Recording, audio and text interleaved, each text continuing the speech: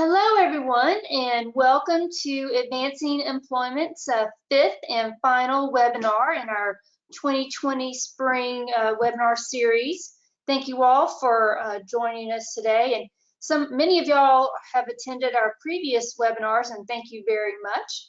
So today we're very excited to have Beth Keaton with us. She's the Executive Director at Griffin Hammis Associates. She has been in the field for many years and has expertise in a variety of areas. So before we get started with her presentation today, I did want to let everyone on the call know that this webinar is being recorded, as have the other ones. And in the near future, I'll be emailing all the folks who have registered for all 5 of our webinars and making sure everyone knows where the links are to access these archived webinars. So if you want to re-review them, or if you have colleagues that were not able to attend, you can share that with them. Our goal is just to make sure everyone has access to good information and best practice, and that will lead to meaningful employment outcomes for people with disabilities. After today's webinar, you'll receive an email asking for some feedback today. It's just a couple of questions. So we'd appreciate you taking time to do that.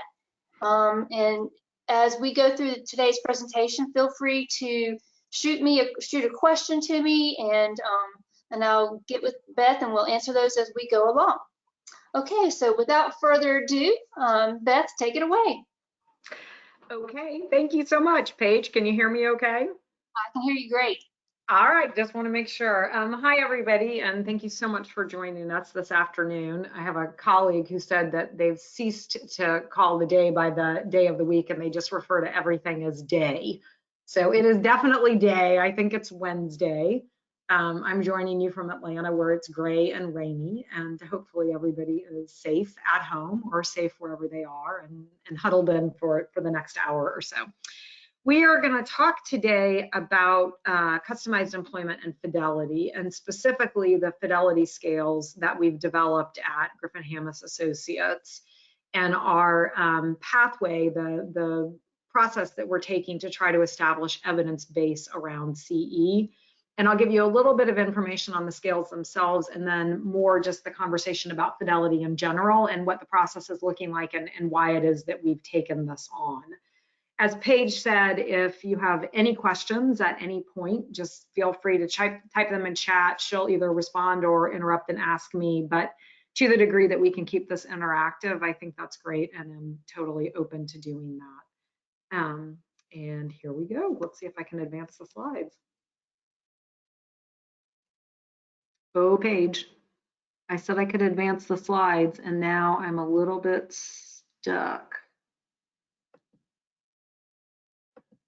There we go. Okay, I think I've got it. So I'm assuming everybody knows, but CE, if I have the acronym CE in here, I'm talking about customized employment. And just sort of a very quick, very simple progression. The customized employment really began in the late 90s, early 2000s, and it emerged as a series of progressive strategies. So it was many of the national leading experts, many of the cutting edge provider agencies across the country. Certainly there are many, many cutting edge provider agencies here in the state of Georgia. And people just beginning to look at the process of supported employment and asking the question, how do we improve? How do we do better? Right? So knowing that the supported employment was incredibly successful for a large number of people, and yet also recognizing that there still were a very large number of people either who were not succeeding in terms of getting sustainable long-term jobs through supported employment, or who were still not even getting access to supported employment at all. So they were at risk of being found unable to benefit from employment, or whatever the terminology of the time was. And so these thinkers started to try to identify what are some different strategies, what are some things that we might try to see if we could begin to build on what we learned, build on the base of knowledge that we have from supported employment, but continue to advance, right? And better serve a wider number of people. And in about 2002, that was formalized through a series of demonstration projects, many of them funded through the Office of Disability Employment Policy, or ODEP, which is a division of the Department of Labor. There were demonstration projects here in Georgia. In fact, Georgia was on the cutting edge and the leading edge of this, to try to really look at how do we support people to take a more customized approach to employment, right? With the idea being that we're going to get to know who the person is, we're going to get to know who businesses are in a fundamentally different way that goes beyond looking for existing job positions, but actually create a customized position for a particular person that benefits the business as well.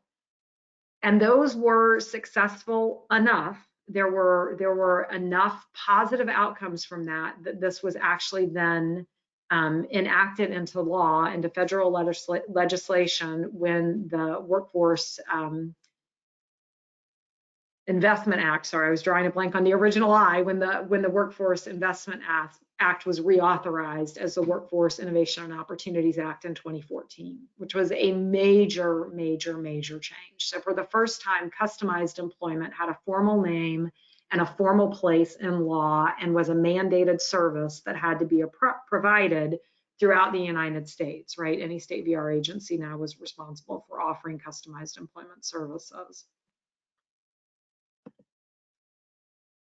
This was exciting, right? And so there's this definition, and if you ever read WIOA, and many of you probably have, there are all sorts of layers of definition and list of scope of services that apply to customized employment. But fundamentally, customized employment, as defined in WIOA, is competitive integrated employment for an individual who experiences a significant disability, and that employment must be based on an individual determination of the unique strengths, the interests, the needs of the individual with the significant disability.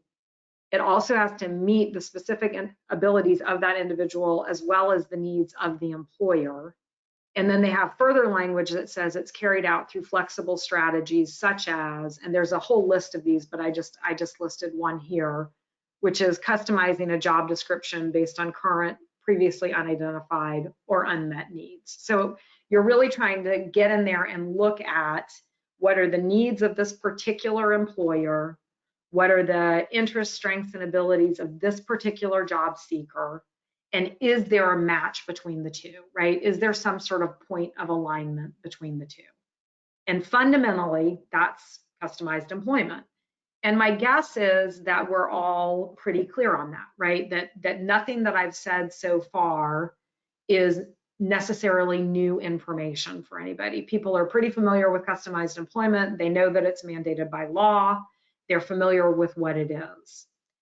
The thing that I think is really interesting, though, is that while having this embedded within federal legislation was a really critical step forward, because it opens the door and ensures access to everybody, right? Anybody who's receiving system services throughout the United States in whatever corner of whatever state. So throughout the state of Georgia, if you're a customer of GVRA, you should have access to customized employment services, right?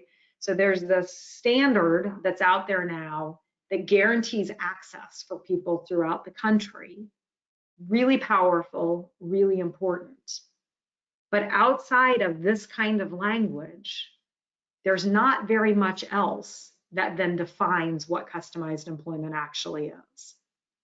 And so if you're reading this, right, and you're saying that this is the guidance, this is the detail that we have to really define what it is that customized employment is per federal regulation, there is a lot of room for interpretation. There is a lot of room for variation. There's a lot of room for really different kinds of applications, even within that first line of an individual determination of unique strengths and needs, right? And so one of the things that we're seeing happening is that customized employment and the components of it. So customized employment as a broad umbrella, the core components of customized employment, like discovery, like customized job development, like on-site supports and services, all of these can be interpreted, defined, described, and implemented in strikingly different fashions. So despite the fact that we have technically a universal requirement and even a universal formal definition, we've been lacking operationalized processes, right? We've been lacking a universal presumption, a universal point of agreement about what customized employment really is when it comes to actual service delivery, what that looks like. And so as a result of that, we at Griffin Hammis Associates, so we do training and technical assistance on customized employment throughout the country, right? Have had just the amazing opportunity to work with a number of you here in Georgia and a number of other really cutting edge, remarkable agencies and entities throughout Florida and throughout the country. And one of the things that we would hear sometimes when we went into states was, well, we tried discovery, it takes too long and it doesn't work, right? And we would get this sense that people had a very bad perception of what discovery was. And when we would look into what actually the service looked like, it wasn't discovery, right? So the service that had been provided was not effective, but it really didn't adhere to what would be considered to be best practice implementation of discovery. And in the absence of any kind of a Fidelity tool, in the absence of any kind of a research-based proven strategy systems mechanism, right, a tool that says this is in fact quality discovery, we don't have a lot of leverage against that. We don't have an ability to really go in and assess what somebody delivered and determine, make the determination and make a substantiated determination as to whether that service provided actually aligned with discovery, with customized employment or not, right? And so I think it was situations like this that really led to this ongoing exploration and this ongoing process of identifying what is best practice customized employment and then conducting the necessary research to demonstrate that these parameters actually hold up and that this is an established, objective, independent statement identifying what are the core features of customized employment so that we can ultimately determine whether or not it was performed accurately, if that makes sense to people. So with CE Fidelity, one of the things I would say is that we're really trying to get at two elements with the development of these Fidelity tools, right? So the first is, again, to establish the evidence-based around CE itself. The second then is to be able to use these tools as a mechanism for quality assurance. And when these two pieces weave together, when we have something that is actually substantiated by evidence, by research, right, that holds up to individual scrutiny or external scrutiny to say that this is, by definition, by evidence, by proof, high quality service, and we pair that then with teaching people how to use this tool, teaching people how to deliver services that align with these elements of high fidelity and really maximize quality assurance, the bottom line is that what comes out of that is high quality employment outcomes, right? So that all of this ultimately, whatever it is that we're talking about today, whatever it is that we're doing, is all trying to go the same direction, which is leading us to better quality employment services and improving our chances of achieving high quality outcomes.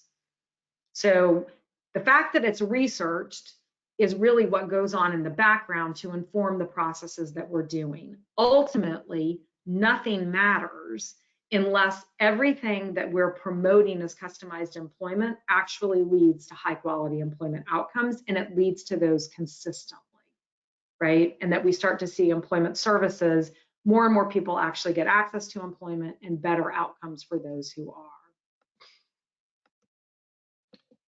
I am still having a little bit of trouble. There we go. Okay.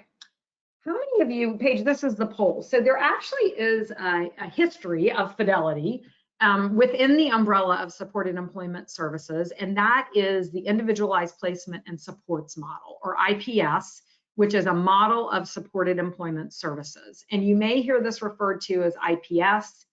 The Fidelity tool that they use is often referred to as the IPS 25, and that's because there are 25 items on this list, and it is a supported employment fidelity scale. It was originally designed for people who experience serious mental illness. There's ongoing research to expand the base of knowledge and determine if it works for other people beyond the people it was originally targeting to support.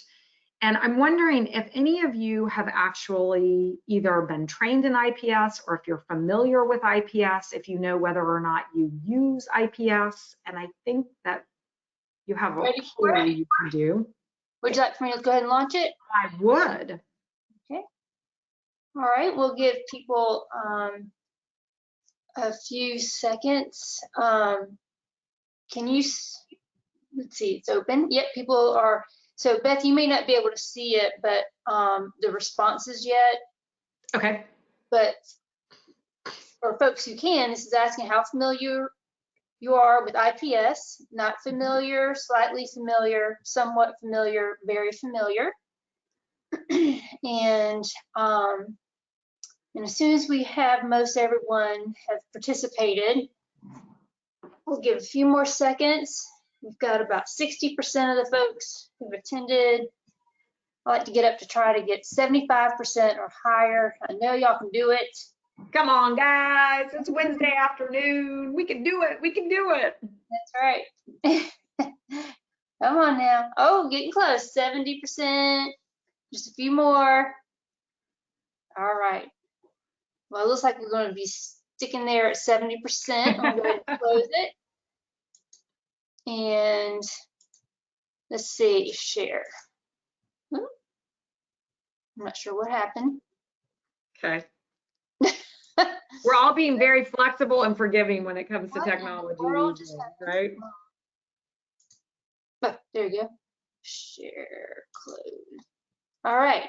So, and Beth, can you see the result? I cannot. I just see that it says you are sharing it, but I don't actually see it. So, 52% say they're not familiar. Okay. 26% say they're slightly familiar. 17% said somewhat familiar, and 6% said very familiar. That's interesting. Brilliant. That is interesting. So, all right. So I'm going to close this. Hide. Okay. You should be back on track. Okay. Beautiful. Thanks everyone who did vote. I appreciate it very much. It's actually really nice to have that background. So for the 50% of you who are not familiar with it, or the people who are just moderately familiar, in 2008, the initial Fidelity scale was launched. And so what this scale did was it encapsulated 25 practices that, if delivered, were demonstrated to lead, to predict. They had predictive validity, is what they say. They were predictive of better quality outcomes in terms of supported employment. Right? So better quality outcomes, employment outcomes, were associated with the performance of these 25 items. And so it gave a lot of credence, and it solidified the practice and helped people understand what it was that they really needed to be doing. And so since then, the scale itself has not changed, but the research base around it continues to expand. So again, if you go to, there's a link at the bottom of that slide, and it's ipsworks.org. So if you're interested in learning more about the IPS process, or learning more about the IPS Fidelity scale, or providing these kinds of services, there's a great website with loads of information, training opportunities, and all the rest there. So IPS really led the field in terms of saying there is a way that we can go beyond case studies, anecdotal stories, recommended best practice, and actually do the research necessary to determine what are the most important qualities, characteristics, or services that we need to provide in order to help people achieve better employment outcomes. And again, this has been going on since 2008, so there's a pretty strong history of this. Other supported employment services, however, have lacked this, right? So we've fallen behind with the provision of other employment services and not necessarily taking the time to get that evidence base. This doesn't mean that the case studies and the other research processes that have been inactive were not high quality. They were. But I think one of the things that really drives me, and I define this as behind the ivory tower, why we care about Fidelity, is that this really shouldn't be a question of research for research's sake, right? Or a question of, I'm doing this research because I want to have a paper published in a particular journal. The bottom line for me, and I'm guessing the bottom line for most of you, is that if I'm going to spend every day trying to do employment services, trying to help people break into community employment, right? Trying to upend these statistics and these still really staggering statistics of unemployment that have been so pervasive for so many years for people with more significant experience of disability. I want to be doing, teaching, and practicing the absolute most effective service delivery I can, right? So if we're out there delivering these services 8 hours a day, 40 hours a week, 70 hours a week, 2 million hours a year, whatever it is, we want to be doing it in such a way that it's got the greatest likelihood of helping people succeed. And so I think that, even though that's the last bullet on the slide, I would say just know that that is the King Daddy prevalent, most important element of this, and ultimately the only reason that any of this matters, right? Is that it should lead to better, more sustainable employment outcomes for a greater number of people. So we should be able to see more and more people getting access to employment and getting better jobs as a result of the work that we're doing, if we are doing a model that has been researched and demonstrated as effective. Okay, so that's the core to everything. But in addition to that, I think Fidelity does a couple of other things, or establishing Fidelity around customized employment does a couple of other things. So number one, again, it clarifies what we talked about in the beginning, that federal definition of customized employment, is it breaks that down into its component parts, right? And it provides objective, operationalized standards. It really shows, what does CE service delivery look like, which I think ultimately then allows for greater collaboration between systems, greater communication, greater understanding, if everybody's starting with the same awareness, right? If we're all starting on the same page about what high quality service looks like, what constitutes high quality service. And then as an outcome of that, it then offers guidance to both the systems who are funding this and to the providers who are delivering the service on what's needed to support best practices. And I think that's really important too. When I started writing this bullet, I originally said it promotes or it enhances accountability for both systems and providers. But I think sometimes the word accountability has a negative connotation. And so I was trying to avoid that when I wrote the slides. But I really do think ultimately that's what it does, is if a funding system is establishing expectations that providers are going to be delivering best practice CE services, but they're not appropriately funding it, they're not appropriately financing it, they're not appropriately supporting some of the different elements that people need in order to enact it, then it really can't be, we can't hold the providers solely responsible for the fact that it's not working, right? And vice versa. If we have a service system, if we have funding systems that are really set up to promote and fully support best practice implementation, and then we have providers that are falling short of service delivery, then we can't fault the system for that, right? So the idea is that if everybody's in agreement about what constitutes best practice and what's required to actually support that at the systems level, then each part is accountable for what it is that they're supposed to be doing, right? But we have better understanding of where things are going wrong, what's off, right? If things aren't working the way they want, if we're not getting to the outcomes we want.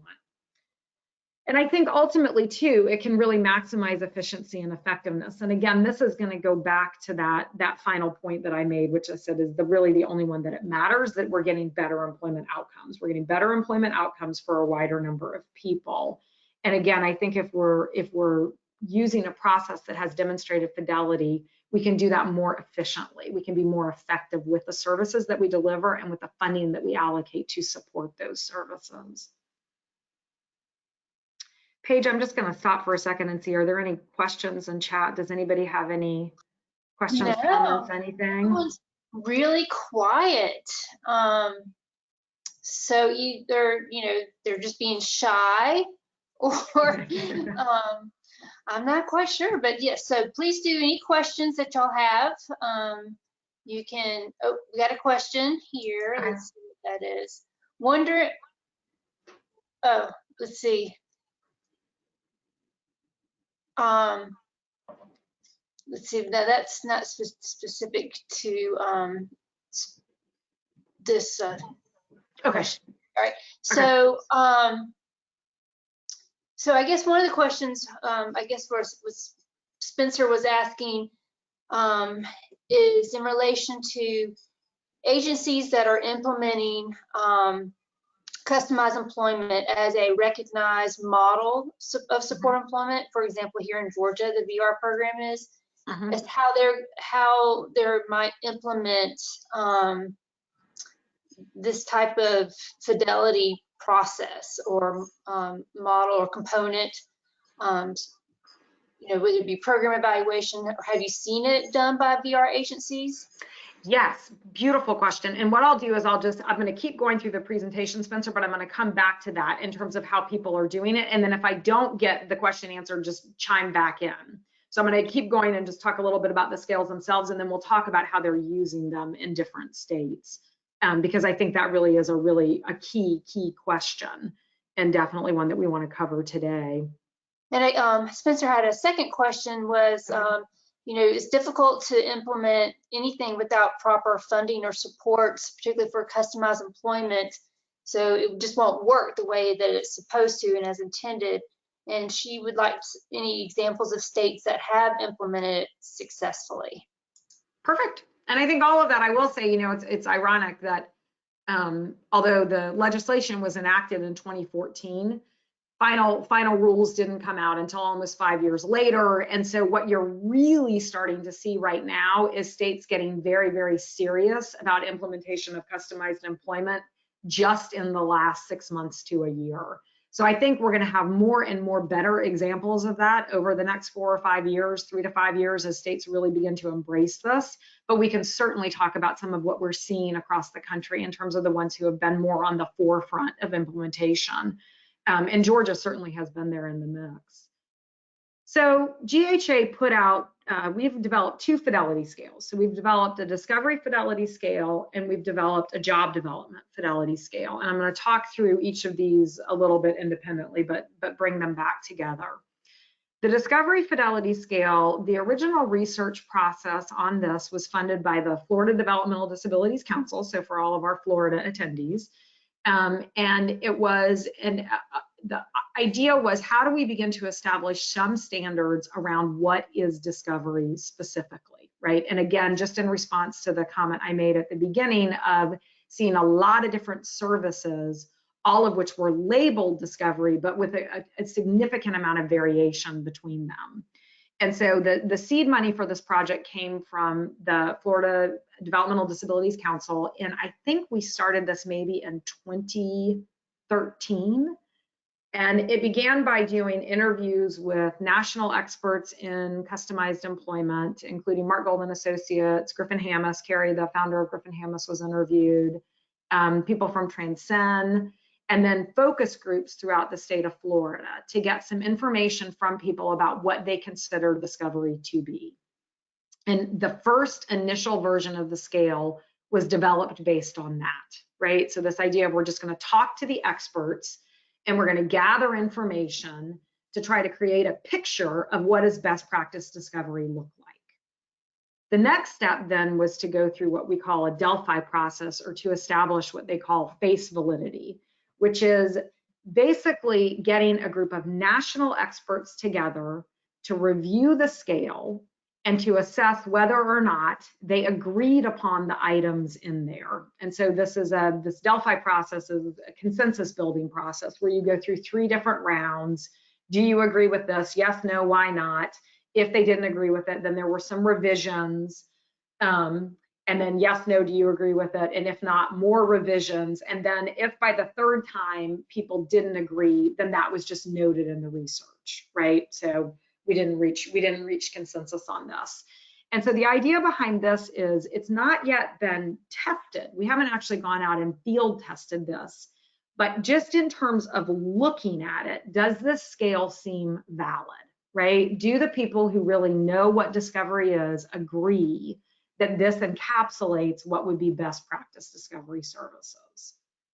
So that's all really important, right? So I'm calling it discovery, and I really want to underscore this even now, that this is discovery, independent of any particular program or teaching modality entity, right? So this is not GHA's discovery, this is not MGA's discovery, this is not Transcend's discovery or WISE's discovery. This is discovery in general, right? Because the idea is that discovery and best practice discovery is something that exists independent of any particular organization that's teaching it.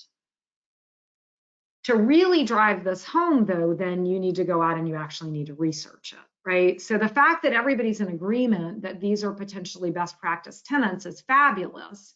But at the end of the day, what we really want to know is, are we right?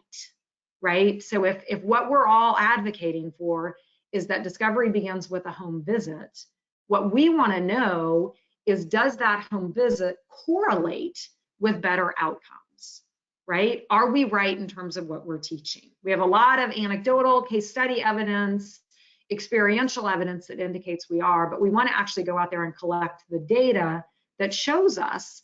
And then there may be elements that we think are less important that actually seem to be stronger correlates with better outcome. And so we want all that information so that, again, ultimately at the end of the day, we can be doing whatever is most effective, right? So this is to research our own practices and to determine, do they stand up? Do they uphold when we actually get out into the field?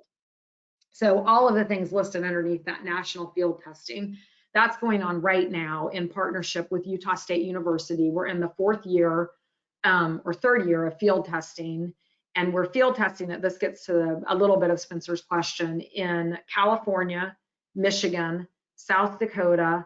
We're about to roll it out in Virginia, Rhode Island, Florida, and we are doing it in Utah and Missouri. I think that's everywhere. So we're actually out there then teaching people, training administrators in the administration, training people in how do you administer the DFS. And then we're reviewing discovery documentation that comes in with them to see how does it score in terms of Fidelity implementation.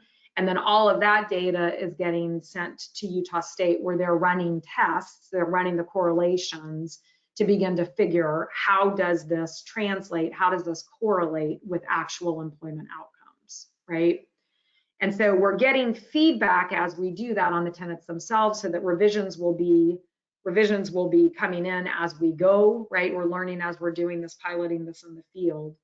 But one of the things I will say is that we really do have to train people in how to administer the scale, because what we have to ensure is that the data that goes into Utah State is reliable, right? So that if somebody is scoring how an employment service provider did the home visit, right, whether or not that home visit was up to best practice standards, we need to make sure that they're interpreting those tenants, those elements of the Fidelity scale in the right way, and that they're scoring them accurately. And so there's a lot of training going on right now to make sure that people understand the tenants and then can score them with reliability. If you have any questions on any of this, just chime in at any point. No, we're doing good the right now. DFS itself, sorry? Doing good right now. Okay, brilliant. The Fidelity system discovery Fidelity scale is available on our website, www.griffinhammis.com, which is listed at the bottom of each of these slides. It's on the Improving Service Systems page. So if you go to the What We Do tab and then click on Improving Service Systems and scroll down to the bottom, you'll see both scales there that are available for download. You can peruse them, you can review them, you can write us about them. You just actually have to be trained in how to use them. But both scales, the discovery scale and the job development fidelity scale, are divided into two sections. And we call the elements in there tenants. I'm going to show you an example of these in just a second. But the two sections are systems tenants and services tenants. And so the system tenants are the things that need to be in place from the perspective of the funding and the systems entities, right? These need to be in place in order to be able to support best practice discovery, or if we're talking about the job development fidelity scale, to support best practice job development, right? So in the discovery fidelity scale, there are 5 tenets that relate to service systems. Service systems need to have these things in place, and they're broken down into 3 main areas. So authorization and access, which are really looking at how people are authorized to receive discovery services, how people get access to discovery services. Financing, which is about how you're funding and paying for discovery services, and then elements related to discovery providers and what needs to be in place on the provider side in order for best practices to be possible or to enhance the likelihood of best practice service delivery.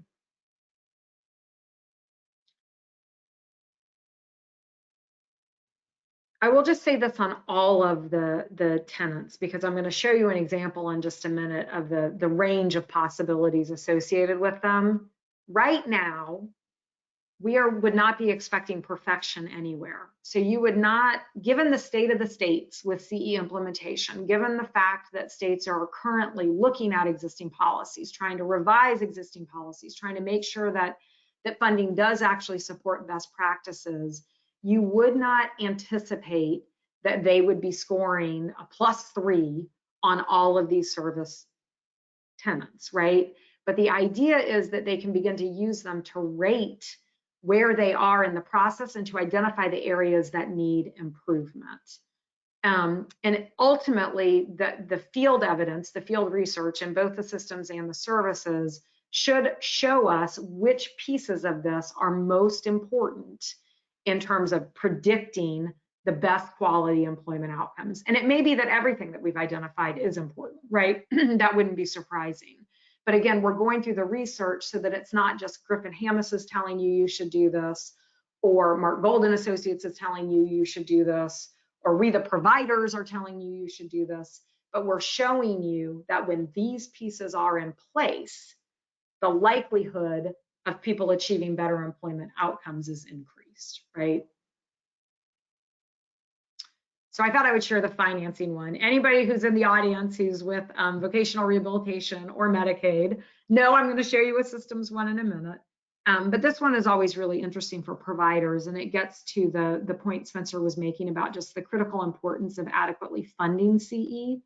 And again, I think some of this to defend service systems is still in process, right? People are still in process of learning this. But the financing tenet in the discovery fidelity scale says that discovery is financed accurately by vocational rehabilitation or state Medicaid in agreement with the Centers for Medicare and Medicaid Services, employment financing and rate development guidance, right? So that it's financed accurately and consistently with federal policy guidance around rate development to ensure that each state uses a reasonably principled analysis of providers' costs to determine rates for discovery, supported employment, and customized employment.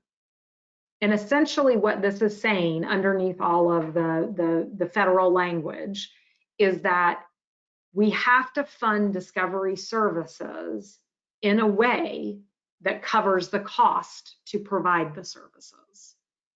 So it's not going to be effective just to say discovery pays fill in the blank number of dollars. But we have to do a reasonably principled analysis. We have to actually analyze the cost associated with delivery of services and use that as the foundation for coming up with what the rate structure will be to pay for those services, right? Paige, it's like every now and again, I'm just on a weird place in the slide won't advance. Okay, there it is. All right. So that's the narrative. So there's the systems tenant 1.3 is financing discovery. And then this is the rating, right? And this is what all the ratings look like in all of the discovery fidelity, in all of the fidelity scales, discovery or customized job development. So on the far left-hand side or over the top is the tenant itself, right? And so the tenant here that we're trying to evaluate is this 1.3 discovery is accurately financed. And you'll see the scores go across from left to right. There's unacceptable, and if somebody is unacceptable, it gets a -1. And part of what the scale is trying to differentiate between is what is an example of quality discovery and what is not quality, right? So if there is a single payment rate used to fund discovery that has no account within it for providers' differing costs or for the actual cost of providing the services, that's going to score an unacceptable or a -1, meaning that is not accurately financing discovery. Then what you'll see is across the page, we have acceptable, good, and exemplary. And one of the key things about the discovery fidelity scale or these fidelity scales is that that scoring is cumulative. And what that means is that in order to get a rating of good, all of the criteria identified with the acceptable rating must also be true, right? So acceptable would be the discovery payment rate is adequate to ensure that discovery services are delivered by a skilled and experienced employment specialist, right? So they're paying enough to be hiring and sustaining skilled employment specialists in order to deliver the service. In order to get a score of good, the acceptable piece has to be true, plus the discovery payment needs to allow for increased funding when discovery requires additional hours. So what that would mean would be if discovery is being paid for in a state that's using some sort of a benchmark or a milestone system, if somebody requires more than the average number of hours to finish discovery, that can be authorized within that agency. And then exemplary, which when we did the research, everybody thought this is definitely the pie in the sky piece of it, would be that every provider would be paid a reasonable and individualized rate for discovery services based on their actual costs. So this is just an example of the systems. But again, what I'm trying to highlight to you is that these scales are designed to outline the criteria for best practice implementation on both sides of the spectrum, right? So we're really trying to look at what needs to be in place on the system side and what also needs to be in place on the provider side. But in reviewing this one, I'm also giving you just a glimpse of what the tenants themselves look like. So I'm going to stop right there and just ask if anybody has any questions about that.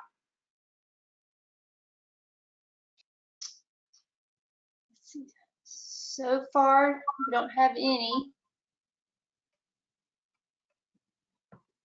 All right, no questions. Okay, perfect. Can people just give Paige can you type in a thumbs up, on point? Is this resonating? Is this making sense? It's hard when you can't see people. This is the challenge of a webinar, right? So we got a thumbs up, yes. Perfect. People are typing in.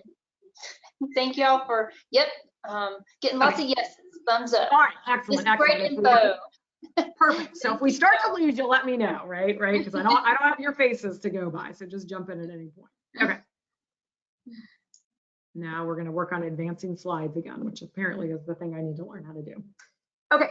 So then in terms of that's one example of systems. And again, remember there are five systems tenants. And then in the discovery fidelity scale, there are 10 services tenants.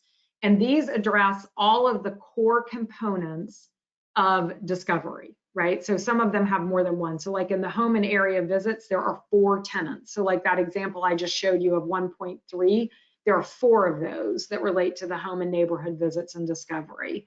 There are tenants around discovery activities, informational interviews, vocational profile development, right? So the actual vocational profile that's created, and then the employment plan. And I'll just show you one example of these, if I can. Okay, well, apparently I'm going to tell you this first. All right, so I think I've already said most of this. So again, the perfection is not required. The goal of this is to really begin to establish the common language, understanding, and expectations around service implementation, what that means. So not just saying you have to do informational interviews, but actually then detailing what are the core components of an informational interview that need to be done if you are going to get to the outcome that you seek, right? And so ultimately what all of this is doing is getting us to that predictive validity, the idea of if we do these things, it's more likely to lead to a best practice outcome. But again, in the same way that I said for systems, I'll say this specifically for providers when it comes to services, do not expect perfection, right? It's not that the goal is that you must get a +3 in everything, right? A +1 is good quality service and it is associated with better outcomes, but you can use this as a litmus test to begin to identify where are the areas where you're falling short, right? What are the areas where you maybe need to beef up training, technical assistance, support, mentoring, any of that in order to better position yourself to help people get to better jobs and better outcomes. So this is one that I thought people might be familiar with, given that I'm guessing everybody here is familiar with Discovery, because I know that Georgia has been one of the leaders in terms of actually getting Discovery rolled out faster than a lot of other states. So this has to do with the vocational profile, the narrative review, right? So this is the document that's being developed as a result of the Discovery practices. And so this one says the Discovery staging record, which is what we use at Griffin Hammis, or the vocational profile, which is what they use at MGA, or I would say, or other Discovery documentation. Documents a review of information and includes all information to date, identifying the ideal conditions for an employment seeker's employment and the reasons for choosing particular vocational themes. If additional information is required, the employment specialist and the employment seeker schedule additional home or area visits, other interviews, or discovery activities or informational interviews, right? So the idea is that this vocational profile is going to be developed by reviewing all of the information gathered to date, and then there are specific things that it's going to identify, pull out, and identify in order to then become the foundation to move forward with job development, right? Okay. So that's the overview of the tenant. And then this is what the scoring would look like. So this is technically services tenant 2.9. So this is the 9th tenant identified in that list that I showed you. And it says the vocational profile narrative describes the completed discovery process and answers the question, who is this person? So fundamentally, best practice discovery tells you that discovery is designed first and foremost to answer the question, who is this person? But again, I think it's a great example of just how much variation there could be in terms of interpreting that, right? And so this is now going through the process of trying to specify that, get more clear about what this actually means functionally for the provider who's delivering the services or for the funder who's evaluating the work that came in. So unacceptable would be if the profile documents the performance levels, how somebody did in order to identify possible jobs. So if all we're doing is doing some sort of evaluation, right, to say how would you do on this particular job, that is not discovery. Acceptable would be a vocational profile that's descriptive, narrative, and is written in a positive, affirming, and optimistic manner, right? So that's the core level. It has to be that in order to be considered acceptable. Good would be all of what's unacceptable, but it's also going to document the employment seeker's skills, successes, necessary supports, and it's going to have the narrative descriptions and potentially include videos or pictures if people have that. And then exemplary would be if it goes to the next level, right? So it meets all the acceptable criteria, all the good, and then it bumps over and it says, and now it provides this really clear transition to job development by identifying the next steps for subsequent job development efforts, right? So it's linking it directly to job development. Any questions on the fidelity scale itself or on the discovery fidelity scale?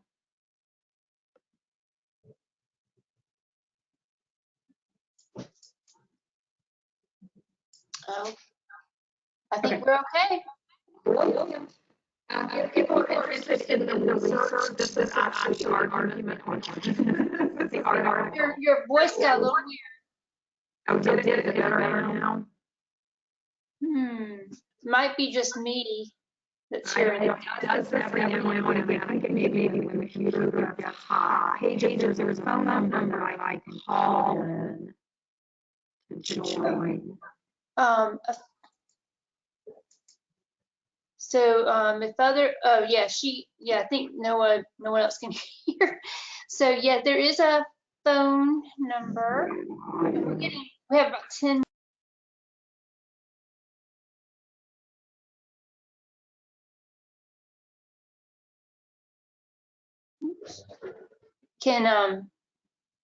Are you still there? Oop. Let's see. Where'd she go? Can you all hear me? This is Paige. Okay. Let's see. I wonder where Beth went.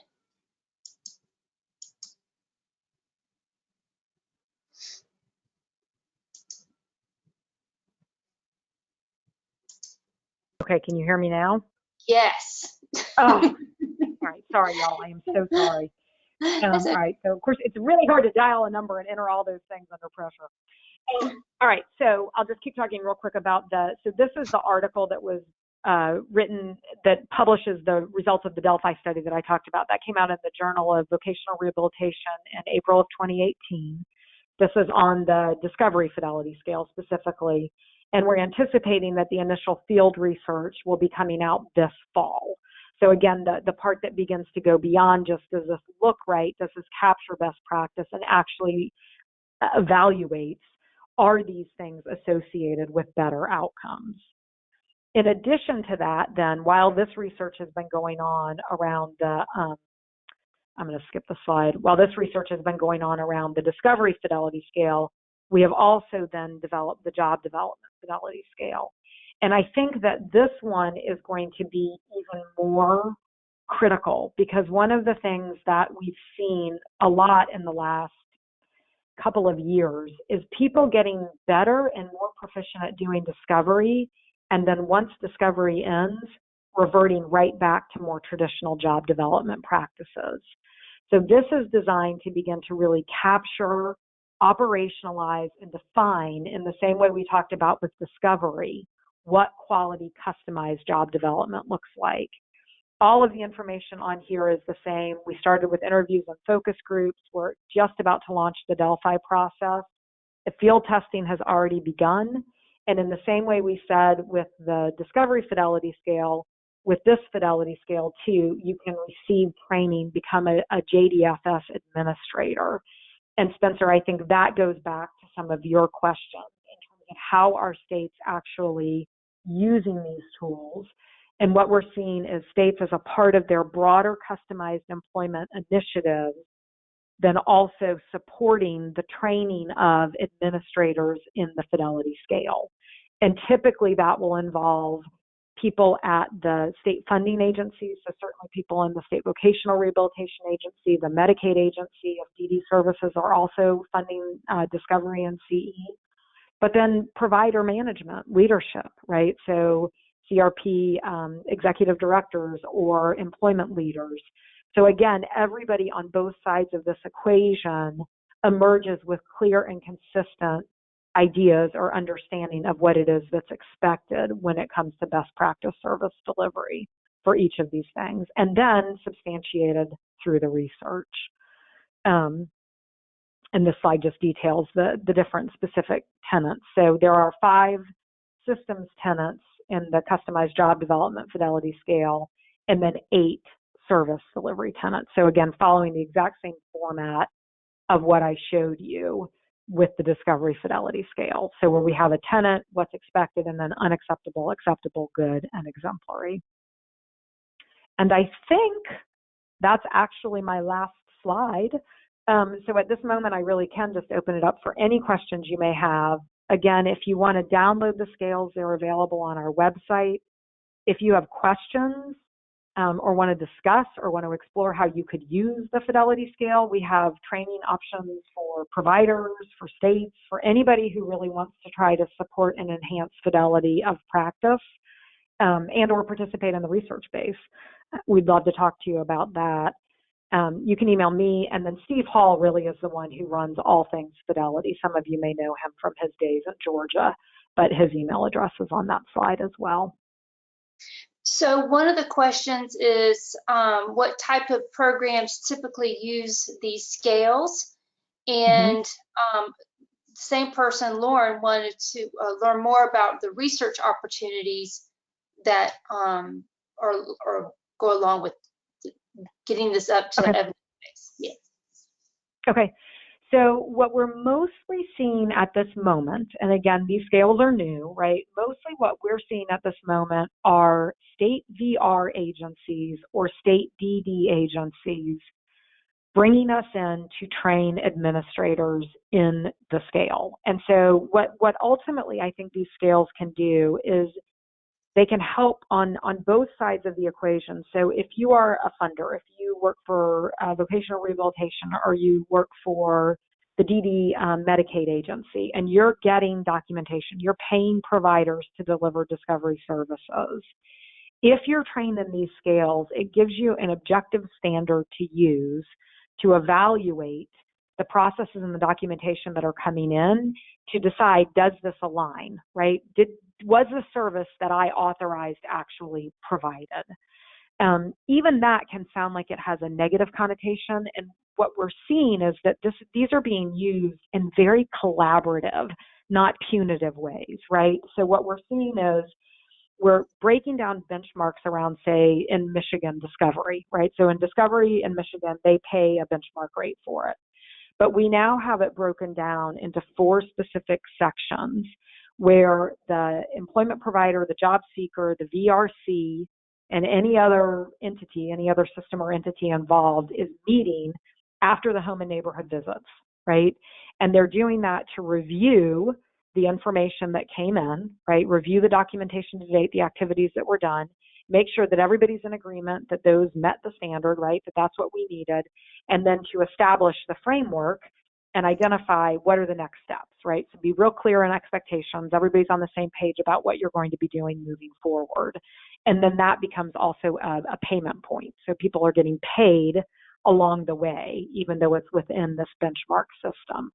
So I want to be clear when I say funders are using this to review documentation, that we're not talking about that in an all or nothing punitive way, but more, again, as a mechanism for saying, how do we support collaboration and how do we support delivery of best practice services on all fronts? So that's typically how we're seeing it done. So in conjunction with a state agency that's funding a broader CE initiative, and they know that a piece of this is that we want to make sure that everybody understands what fidelity practice looks like. And that includes people within the state agency who are going to be evaluating it, and it also includes the providers who are going to be delivering it. There have been a couple of instances where providers themselves have actually called us and said, we just want training in the fidelity scale ourselves so that then we can use it internally to make sure that we're delivering best practice services. So that's also a possibility if people are interested in it.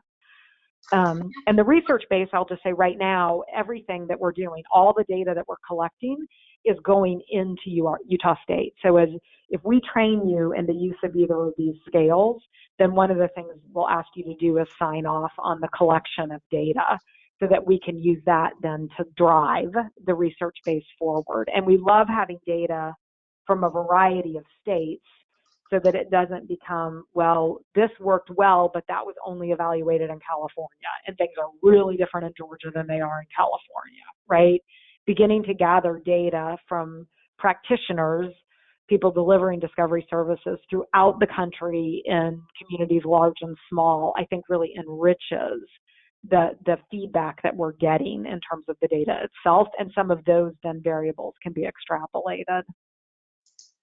And what about inclusive post-secondary programs? Have you gotten any feedback from them regarding the need for this or utilization of discovery on the Fidelity split?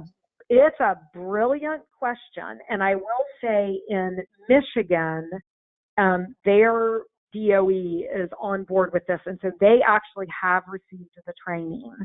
I will say, generally speaking, just off the top of my head, I think we've seen less, or we've had less requests specifically from education and transition.